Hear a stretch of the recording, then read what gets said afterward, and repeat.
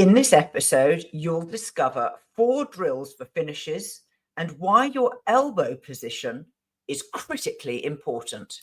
Feel the grip of the oar handle, smooth yet firm in your hands. Taste the salt of your own sweat and the occasional splash of water. It's all part of the journey. Welcome to another episode of Faster Masters Rowing Radio.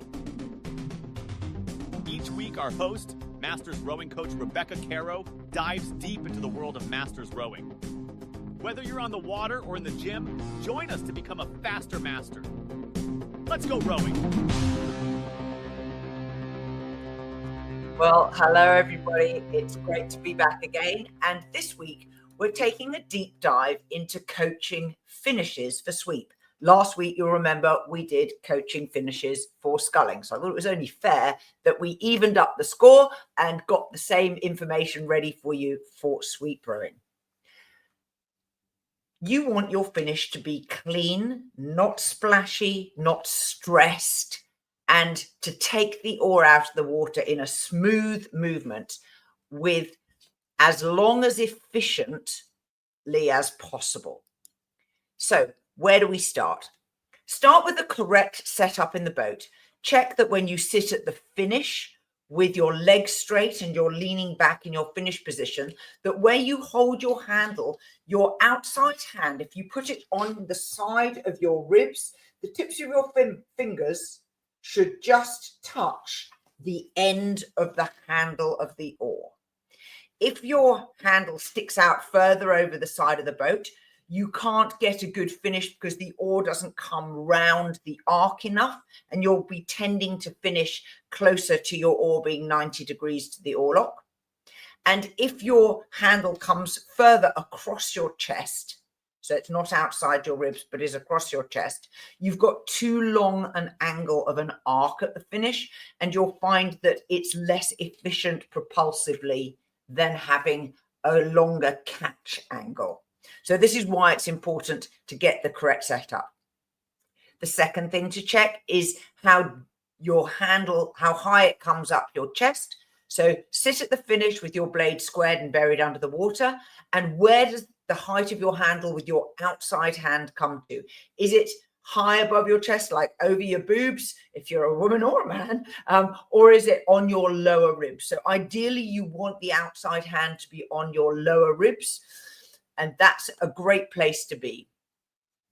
Now let's think about the elbow. Your elbow, in my view, should be pointing backwards, your outside arm elbow pointing backwards to the person behind you. You don't want your elbow flared out to the side and over the gunwale, the side of the boat, which is the sculling position. And this is one of the main differences between sweep and sculling. So make sure that when you finish, your elbow is pointing behind you. Why? Because the most efficient way to pull on your handle is to have your hands so that they're at 90 degrees to the handle itself. If your hand elbow goes out to the side, it's not pulling at 90 degrees, and that is inefficient in terms of just the ergonomics of how much force, how much leverage can you actually put onto the end of the handle. Now let's talk about the drills that are useful to help you improve your finish. The first one is a pause at the finish. We've all done pause drills before. This one is a little different in that when you finish the stroke, take the oar out of the water and then feather it and then rest the blade back on the water surface.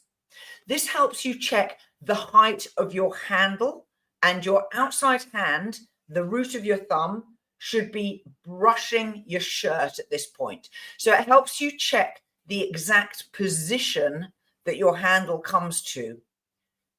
While your oar is square and under the water, this handle height, this position, is exactly the same as when you have feathered the oar and rested it back on the surface at the finish. So this helps you to check that you're drawing through to the right position.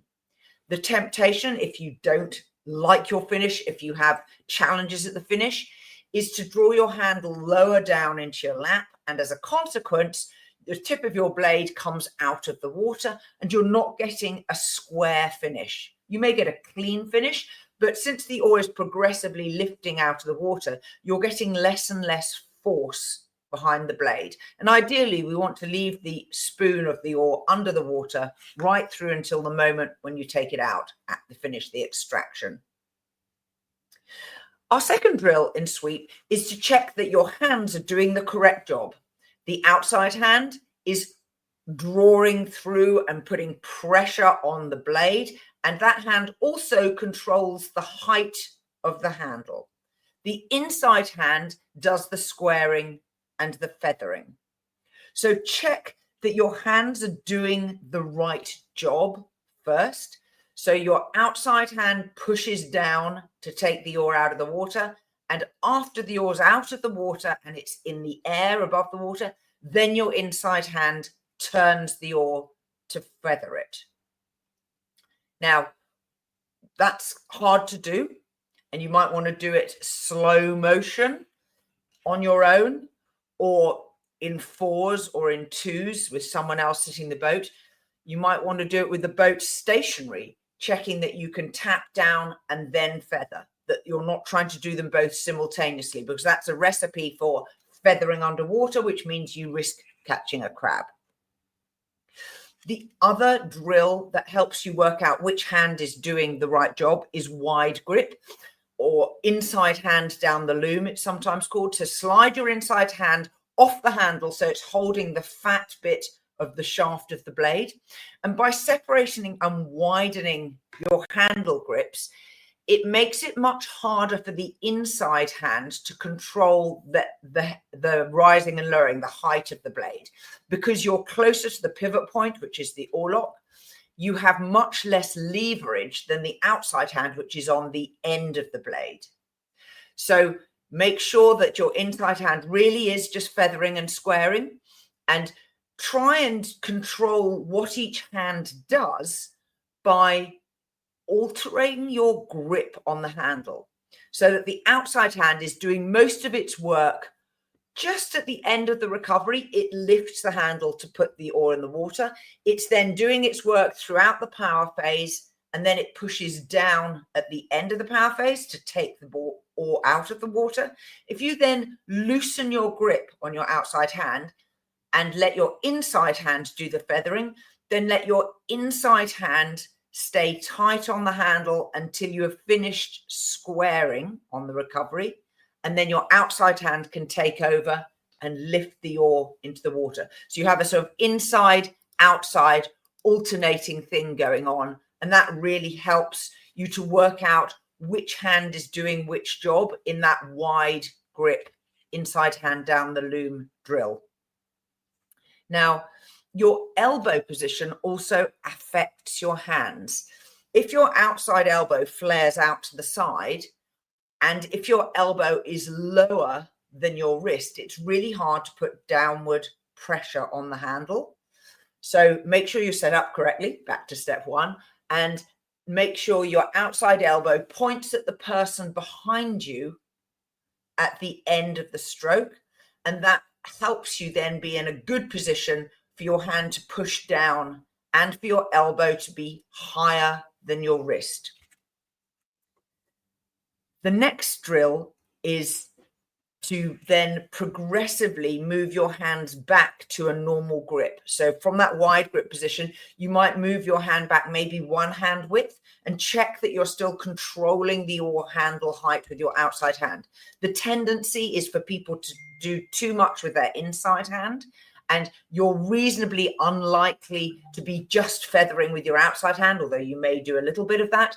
So just separate the jobs of the hands and then progressively move back again till you're at normal grip, and see if you could continue the outside hand controlling the blade height, the inside hand doing the squaring and the feathering. The last drill that I like is just in continuous rowing. You focus on keeping pressure through to the end of the stroke, so that you have that nice pile of water in front of the face of the spoon and a little dip behind the curved back of the spoon, which ensures that if you've got pressure on the face of the blade, you will find it easier to extract the oar at the finish. So you might think about holding onto your finish for 1 centimeter longer while rowing continuously. The other thing you can do in sweep is to work your inside hand just at the very last bit of the power phase. As the oar handle comes around the arc, your outside hand has an increasingly obtuse angle to where your hand is holding on to the handle. You can't help it. You might start at half slide. You'll find that your hands are, your elbows are at 90 degrees, your forearms are at 90 degrees to the oar handle. But the closer you get to the finish, because the oar is coming around an arc, your outside hand can't help but end up a little bit with an obtuse angle, whereas your inside hand can stay at 90 degrees to the handle. So this is the moment where the leverage advantage passes from your outside hand to your inside hand. And you can give a little extra pull with that inside hand just at the very last bit of the power phase. Now, recognizing that I've just told you, you've got to be really careful not to over grip with your inside hand and not to try and use that hand to control the height of the handle. This is a technical thing that's quite hard to do because you still need to leave your outside hand in control of the height of the handle, but you can add a little bit of power just at the last bit of the arm draw with your inside arm. So holding on to your finish, maybe for a centimeter, helps just give a little extra power. You can also do the stationary stability drill for sweep. We talked about it last week. If you want to see the video of how to do it, it's a free video as a joining bonus in our Coach Mastermind program. You can sign up for $10 for your first month. Then the price goes up to the full $25 in the second month. But that'll give you access to all of the drills videos, including the stationary stability drill. And that's a very good one for teaching you which hand does which job at the finish. So checking how you're moving when you're rowing in sweep is a really good way to ensure that your finishes are the way you want them to. Bring your focus to your elbow timing. Bring your focus to your hand grip tightness while you're rowing, and try and think outside hand on the power phase, inside hand on the recovery, outside to inside, outside to inside. And that will help you ensure that you're not dominating with the wrong hand. And that leaves the hands doing the right job, because fundamentally, most of the challenges that people have with the finish are caused by not being set up correctly, the wrong hand doing the wrong job, and not having enough force on the blade so that there is a little puddle piled water in front of the spoon so that you can actually get the blade out of the water, because there's actually force on the end of the blade. If you're really super soft and the rest of the boat's moving quite quickly, the boat speed will catch up with where your oar is and will tend to entrap it so that you can't get it out of the water. So, ideas of how to improve coaching your finishes for sweep. Till next time. Bye-bye. We are part of the RowingChat podcast network. Please tell your fellow rowers about the show. If you've learned just one helpful thing from today's episode, please consider supporting the show for as little as $1 per month by visiting fastermastersrowing.com/podcast.